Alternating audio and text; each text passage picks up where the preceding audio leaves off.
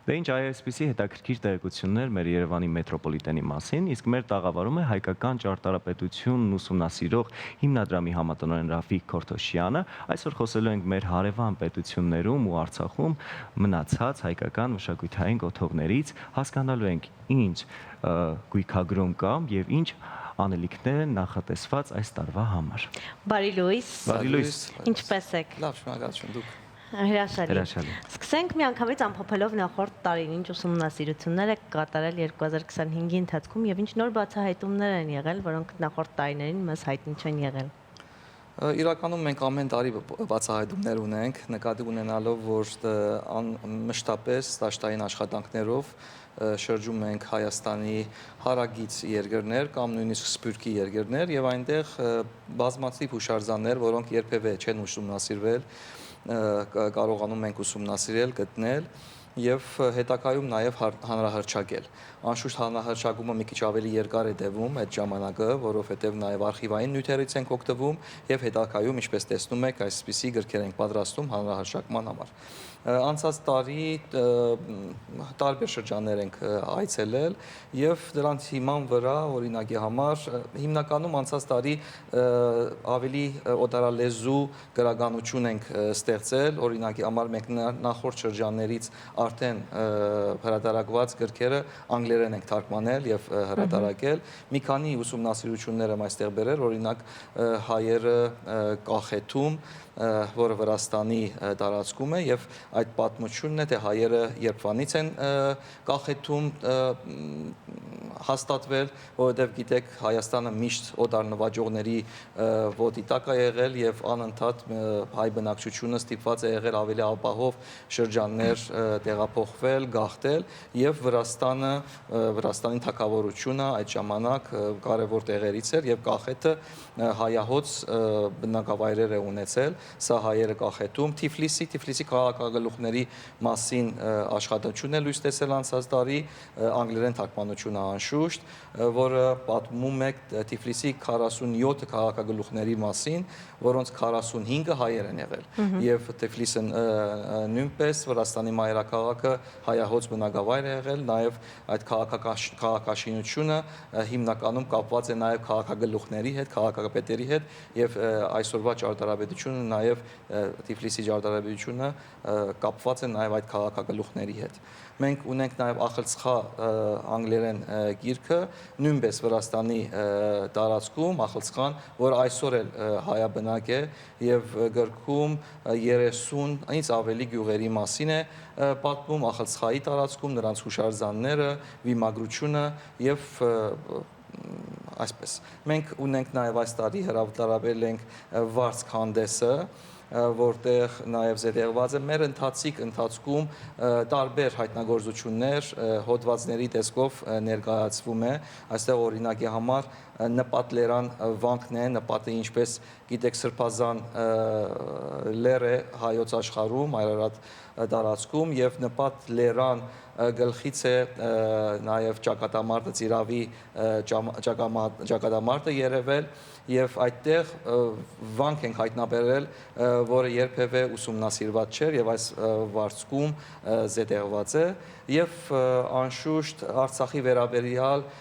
նոր պատկերագիրք Արցախ վտանգված ժառանգություն երկրորդ ես այս պատկերագիրքը ներկայացրելիս միշտ ասում եմ երևի Երանի այդ դրդապատճառը չլիներ, որ այս պատկերագիրքը պատրաստեինք, որովհետև հիմնականում վտանգված հուշարձաններն են Արցախի այստեղ ներկայացվում, մեծ մասը, մի մասը նաև առաջին մասում էինք ներկայացրել, որպես վտանգված հուշարձաններ եւ արդեն առաջին հատվածից, առաջին մասի գրքից որոշ հուշարձաններ արդեն այս երկրորդ գրքի հրատարակման ժամանակ գոյություն չունեն եւ ավերված են։ Այսինքն սա էլ ինչ որ մի ձևով մի կրվան Արցախի հուշարձանները պաշտպանության համար։ Ես կարծում եմ մի քիչ շատ խոսեցի, հարցումներն են շատ հրաշալի հետաքրքիր է։ Մենք Արցախի վտանգված հուշարձաններից կխոսենք քիչ անց, եկեք խոսենք անվտանգ հուշարձաններից։ Մենք խոսեցինք Վրաստանի անվտանգ հուշարձաններից, եկեք խոսենք մեր հարևան երկրորդ պետության մասին, որտեղ այժմ կատարվում է բավականին բարդ իրադարձություններ, խոսքս գնում է Իրանի մասին, մասին, արդյոք այնտեղ ուսումնասիրություններ իրականացվել են այնտեղի հայկական հուշարձանների հետ կապված եւ որոնք են դրանք։ Եվ միթե այս ընթացքում վտանգի մեջ են հայկական հուշարձանները Իրանում։ Իրականում այո, եթե պատերազմական գործողությունները սկսվեն, եթե երկրում դիրի այսինքն ոչ խաղաղ վիճակ, հնարավոր եւ պետական մարմինները անգործության մատնվեն, այո, հնարավոր է նաև Իրանում մենք խնդիրներ ունենանք։ Մենք Իրանում աշխատել ենք տարիներ, երկար տարիներ աշխատել ենք եւ բազմաթիվ շրջաններում եւ գաղթավայրերում, որտեղ Իրանը երկու մասի պետք է բաժանել, գաղթավայրային հատվածները, օրինակի համար Թեհրանը, Նոր Ճուղան, Չարմահալը, Փերյան, ավելի հարավային շրջանները, այն տարածքներում, որտեղ Շահ Աբբասը հայերին գաղթացրեց եւ բնակեցրեց, այնտեղի հուշարձանները 17-րդ դարից հետո եւ այդ հատվածները, որոնք ավելի Հայաստանին մոտ են, որոնք նաեւ պատմական Հայաստանի մեծ հայքի տարածքում են եղել եւ այդտեղ նաեւ մենք բազմաթիվ հուշարձաններ ունենք, ինչպիսի Սուբթադեի վանքը, Ծործորի վանքը եւ բազմաթիվ այլ հուշարձաններ։ Նախավկան, Ղարադաղի շրջանը ամբողջությամբ անցած տարի մենք նաև հրատարակեցինք մենք ունենք Հայաստանի պատմություն գրքաշար եւ սա 6-րդ հադորն է այդ գրքաշարի, սա Ղարադաղի մի քիչ առաջ ասեցի, ուրեմն հարցումը տեղին էր։ Ղարադաղի շրջանն է, որը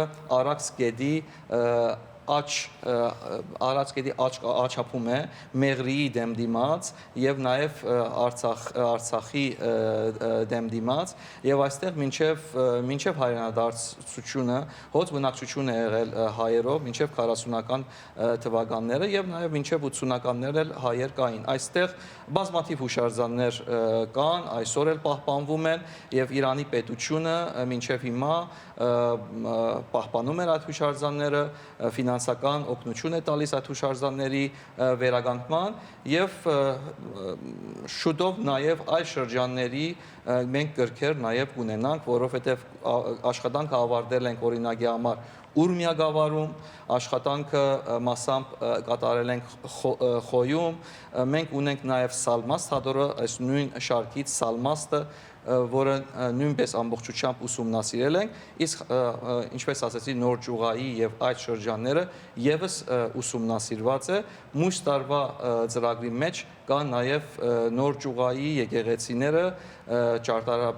եկեղեցիների ճարտարապետությունը անունով մի գիրք։ Քանի որ Հայաստանի սահմաններից դուրս եք աշխատում, կարծում եմ բավականին բարդ է։ Ովքեր են օգնողները, արդյոք ստանում եք պետական աջակցություն, թե ոչ, եւ ում հետ եք համագործակցում, որպեսզի կարողանանք նոր հուշարձանները բացահայտել նաեւ Հայաստանի Հանրապետության տարածքից դուրս։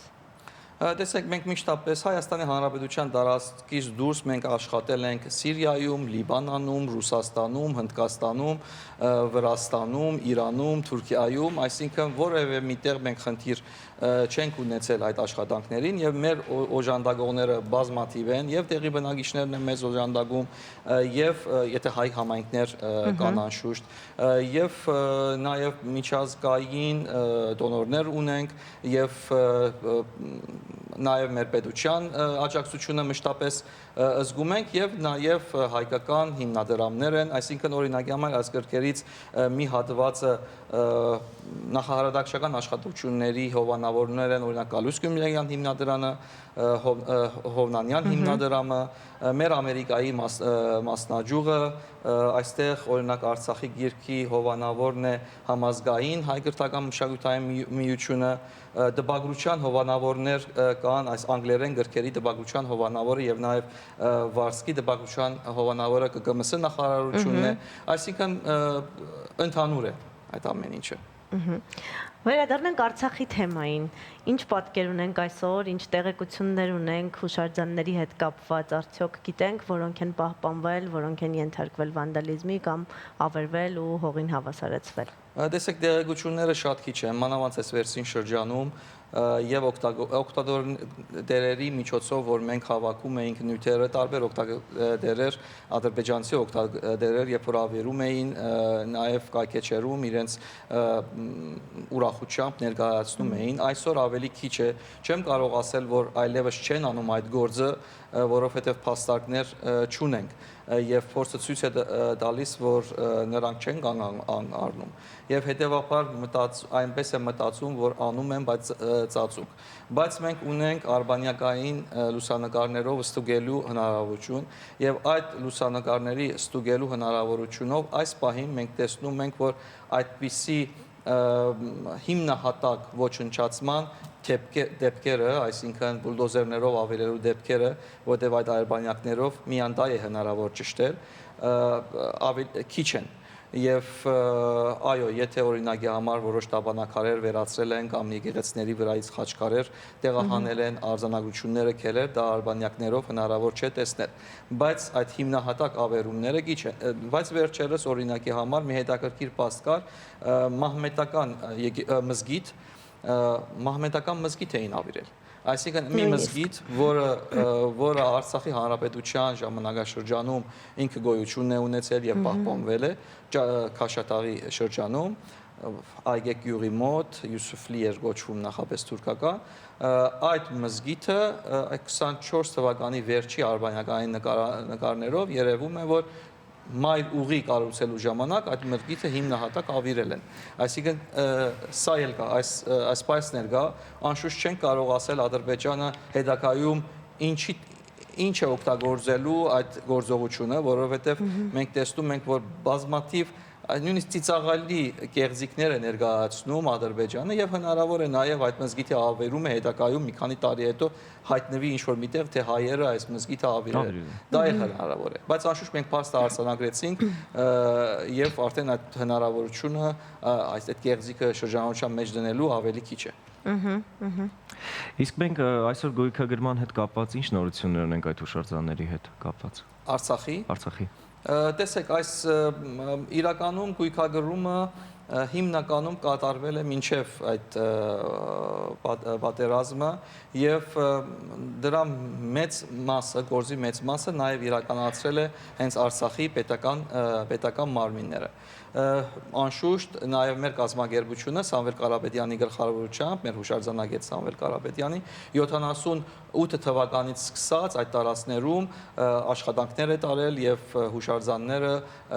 վավերագրել, լուսանկարել, չափել եւ օրինակ մենք ունենք ավելի քան 30,000 լուսանկարների եւ հազարավոր ճարտարապետական հուշարձանների չափակություններ, որոնք նաև մյուս տարիներին սկսելու ենք արդեն գիտական աշխատություններով ներկայացնել եւ այդ ընթացքում նաեւ այդ գույքագրումը ավելի մանրամասն կդառնա։ Օրինակ մենք ունենք մռավականք անունով նորից այս շարքից մի հատոր, որտեղ ներկայացված է Շահումյանի շրջանը Արցախի եւ Խարվաճարի շրջաններ ներկայացված տարիներ առաջ են հրատարակել այդ աշխատությունը 18 թվին եւ այնտեղ նրա վերջում ցանկեր կան հուշարձանների, արգա հուշարձանների, որոնք արդեն այդ ժամանակ կամ գոյություն ունեին, կիսավեր էին կամ գանգուն էին եւ այլն։ Այսպիսի աշխատություններով կամաց-կամաց այդ հուշարձանները, որովհետեւ այս պահին դաշտային ուսումնասիրություն անելու հնարավորություն այլևս չկա, արգան նյութերի իմի բերելով եւ գրականություններով, նախկին գրականություններով եւ այժմյան մեր ձեռքի տակ գտնվող նյութերով պիտի կազմենք այդ ցանկերը։ Նայեք, մենք գիտենք, որ հուշարձանների պահպանմամբ եւ վերահսկմամբ կա միջազգային մարմին, որը կոչվում է ՅՈՒՆԵՍԿՕ-ն։ Այժմ Արցախի հուշարձանների շուրջ ինչ-որ գործողություններ կամ իրականացվում են, թե ոչ։ Այս ճիշտ ասած մենք ավելի այդ գիտական հենքն ենք պատրաստում այդպիսի այսինքն միջազգային եւ հայկական կազմակերպությունները, եթե դիմում են այդպիսի կազմակերպությունների միջազգային։ Եվ մշտապես մենք մատակարար ենք եղել։ բազմաթիվ հայտեր ներկայացվել է եւ նաեւ միջազգային դատարաններ, դուք գիտեք այդ ամեն ինչը, բայց վերջում Ադրբեջանը այդ Ադրբեջանը չի թողնում ոչ ՅՈՒՆԵՍԿՕ-ի փաստահավաք խումբ եւ նույնիսկ կանգ չի առնում իր վրա պարտականություններ տրված այդ հուշարձանների չավիրելու կանգ չի առնում։ Հետևաբար սա միջազգային մի խնդիր է։ Մենք այսօր տեսնում ենք նաև ոչ թե միայն հուշարձանների հետ կապված միջազգային օրենքները խախտվում են, այլ քաղաքական տարբեր անցուդարձեր կան այսօր եւ այդ բոլոր տեսակի միջազգային նորմերը խախտվում են։ Սա դժբախտություն է իրականության մեջ, այսինքն դժբախտություն է հատկապես այն մարդկանց, որոնք համամարտկային արժեքների կրողն են, ցանկանում են համամարտկային արժեքները լինի տիրող այս համագարկում։ Եվ սա իրականում ցավալի է։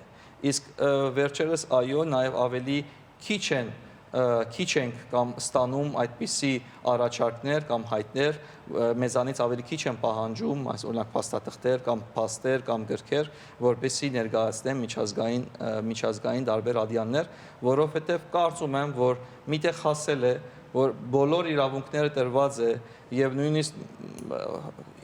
դատարանն է որոշում կայացրել, որ պետք է այս հուշարձանները պահպանվեն, այլևս դրանից անտին ինչ պետք է լինի, բարձ չէ, որովհետև գողին, երբ որ ասում կամ ավիրողին, երբ որ ասում ես մի ավիրի,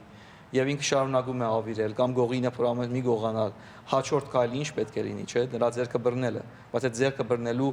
մեխանիզմները այս պահին մենք գործի դնել չենք տեսնում։ Շնորհակալություն բավականին հետաքրքիր զրույցի համար։ Մենք անցնենք առաջ եւ այս պահին կարծում եմ կարող ենք լսել երաժշտություն ու հետո վերադառնանք։